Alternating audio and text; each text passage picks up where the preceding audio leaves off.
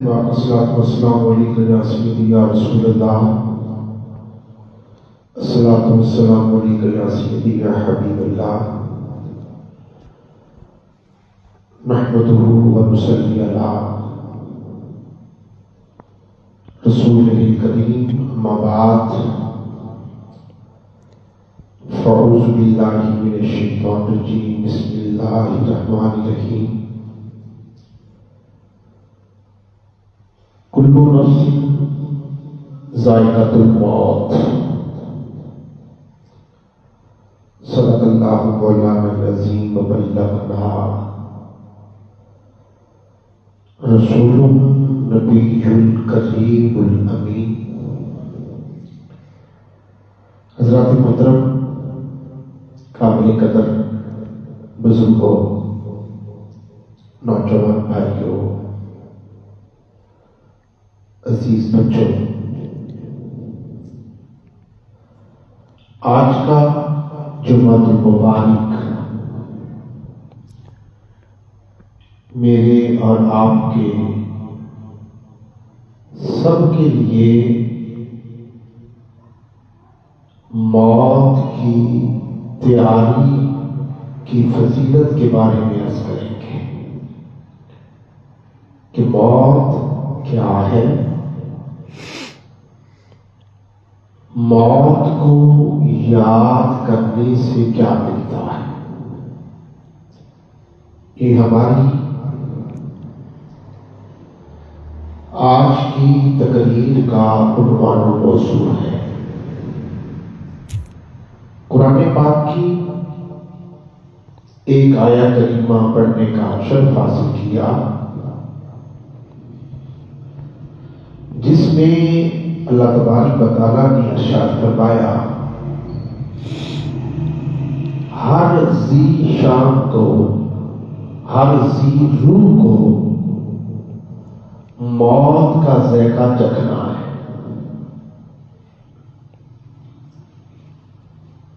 اب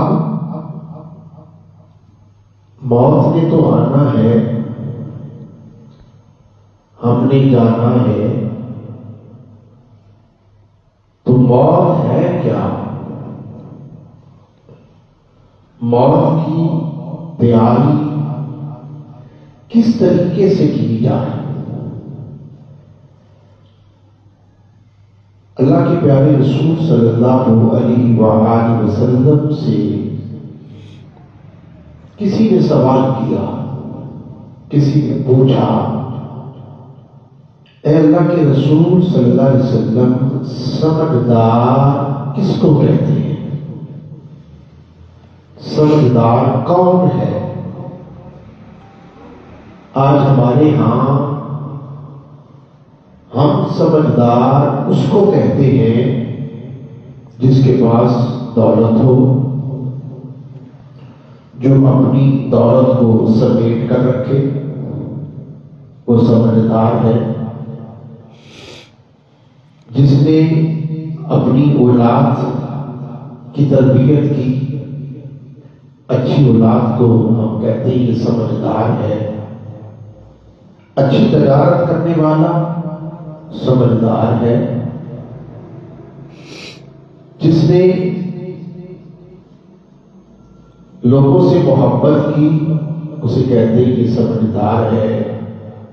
جس نے اونچ نیچ کا خیال کیا، کہتے ہیں کہ سمجھدار ہے۔ نہیں، یہی سوال اللہ کے پیارے رسول صلی اللہ علیہ وسلم سے کیا گیا۔ اے اللہ کے رسول صلی اللہ علیہ وسلم، سمجھدار کس کو کہتے ہیں؟ تو اللہ کے رسول صلی اللہ علیہ وسلم نے کیا فرمایا کہ سمجھدار اللہ کے نزدیک، اس کے رسول کے نزدیک وہ شخص ہے جو موت کو بہت زیادہ یاد کرتا ہے۔ دیکھیے، کیفیت کا عالم دیکھیں۔ سمجھدار اللہ کے رسول کس کو فرماتے ہیں؟ جو موت کو زیادہ یاد کرتا ہے۔ وہ سمجھدار ہے، جو موت کی تیاری کرتا ہے وہ سمجھدار ہے۔ اللہ کے رسول نے یہاں دنیا کی کسی بات کا ذکر نہیں کیا۔ صحابی رسول کو جو نصیحت فرمائی وہ یہ ہے کہ تیرے معاملات دنیا میں اس کو سمیٹ لینے کا نام سمجھدار نہیں۔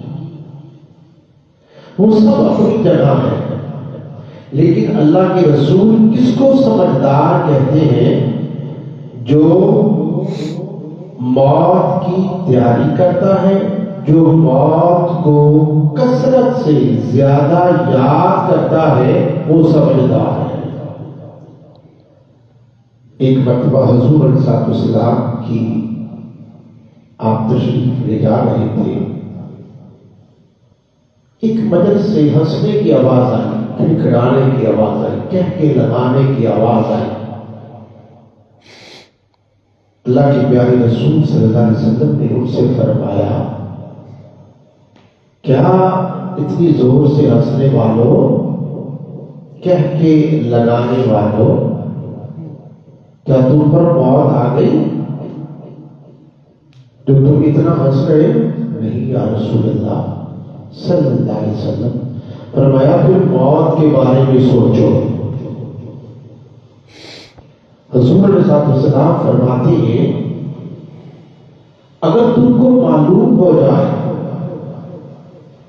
کہ مرنے کے بعد تم پر کیا گزرے گی، اگر یہ پتا چل جائے کہ مرنے کے بعد تم پر کیا گزرے گی، تمہارا حال کیا ہوگا، تم پر کیا بیتے گی مرنے کے بعد، تو تم کھانا بھی چھوڑ دو، پینا بھی چھوڑ دو۔ اگر تمہیں حال موت کے حال کا پتہ چل جائے تو تم نہ کھانے کی پرواہ کرو، نہ پینے کی پرواہ کرو۔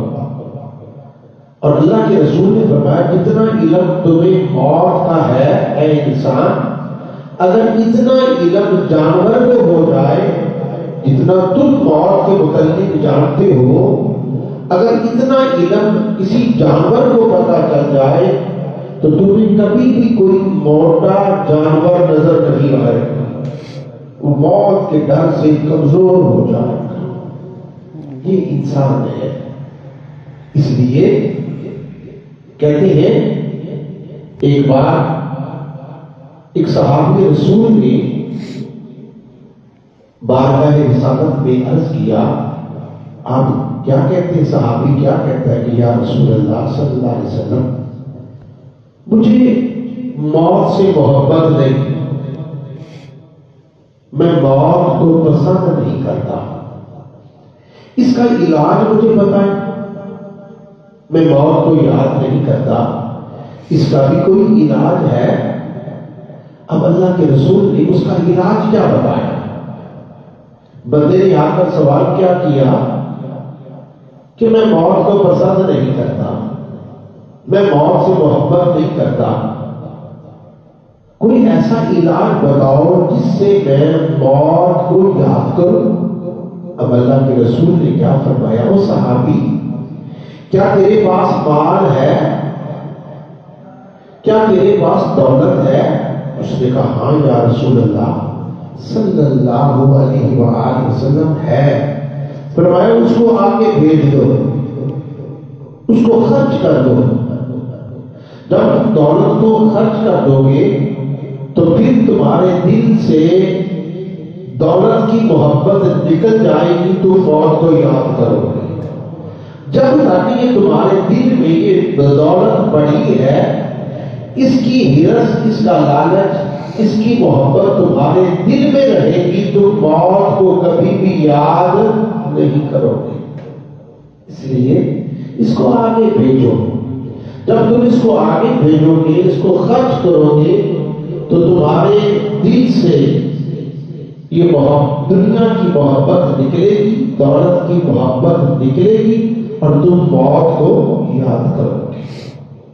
دیکھیے، ایک عورت اما عائشہ صدیقہ رضی اللہ تعالیٰ عنہا کے پاس آئی، آ کر کیا کہتی ہے، اماں جان، اے مومنوں کی ماں، میرا دل بڑا سخت ہے، نرم نہیں ہوتا، میں ہر ایک سے سختی سے پیش آتی ہوں، اس دل کو نرم کرنے کے لیے کوئی علاج ہے کہ اس دل کو کیسے نرم کیا جائے، کہ اس کا بھی کوئی علاج ہے،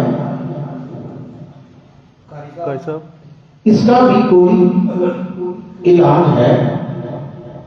تو اما عائشہ صدیقہ رضی اللہ تعالی عنہا نے عرض کیا، فرمایا، اے بی بی، تو کہتی ہے کہ تیرا دل سخت ہے، اس کو نرم کرنا چاہتی ہو، تو پھر سن لے، اگر تم اپنے سخت دل کو نرم کرنا چاہتی ہے تو پھر موت کو یاد کیا کر، تیرا دل روئی کی طرح نرم ہو جائے گا، تیرے اندر سے سختی نکل جائے گی۔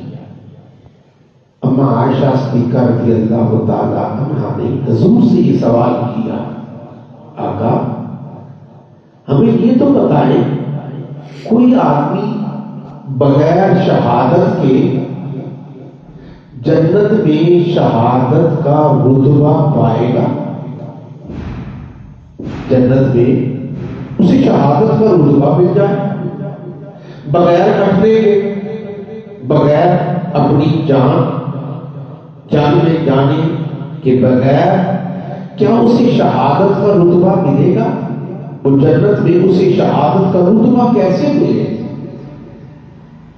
اللہ کے رسول صلی اللہ علیہ وسلم نے فرمایا، اگر تم جنت میں شہادت کا رتبہ پانا چاہتے ہو تو اے عائشہ سن لے، موت کو ایک دن میں 20 مرتبہ یاد کیا کر، اللہ تجھے جنت میں شہادت کا رتبہ عطا کر دے گا۔ اتنی بڑی بات ہے، جنت تو ملنی ہے، جنت میں شہادت کا رتبہ انسان تب پاتا ہے جب وہ موت کو یاد کرتا ہے، اور جب وہ موت کو یاد کرتا ہے اور جتنی مرتبہ یاد کرے، 20 مرتبہ یاد کرے، تو شہادت کا رتبہ جنت میں مل جاتا۔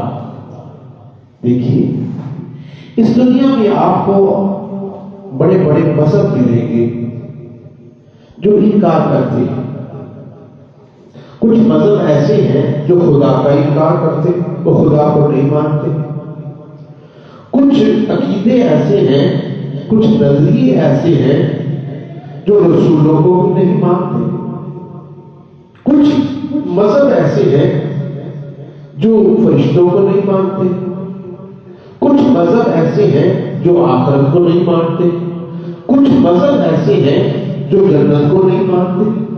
لیکن تمہیں کسی مذہب میں ایسا کوئی بندہ نظر نہیں آئے گا، تمہیں کسی عقیدے میں ایسا کوئی بندہ نظر نہیں آئے گا، تمہیں کسی جگہ پر ایسا نظریے والا بندہ نظر نہیں آئے گا جو موت کا انکار کرے۔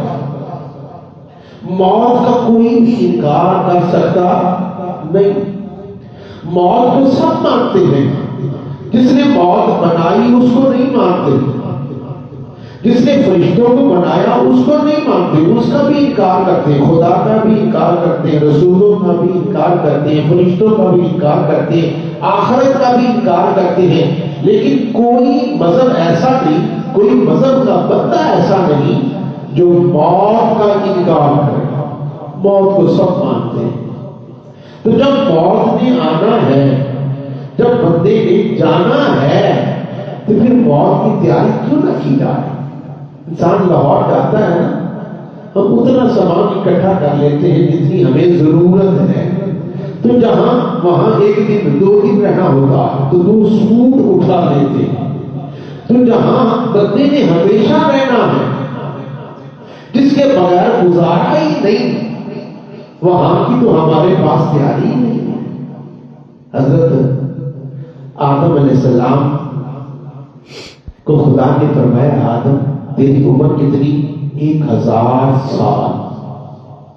حضرت آدم علیہ السلام کی عمر کتنی ہے؟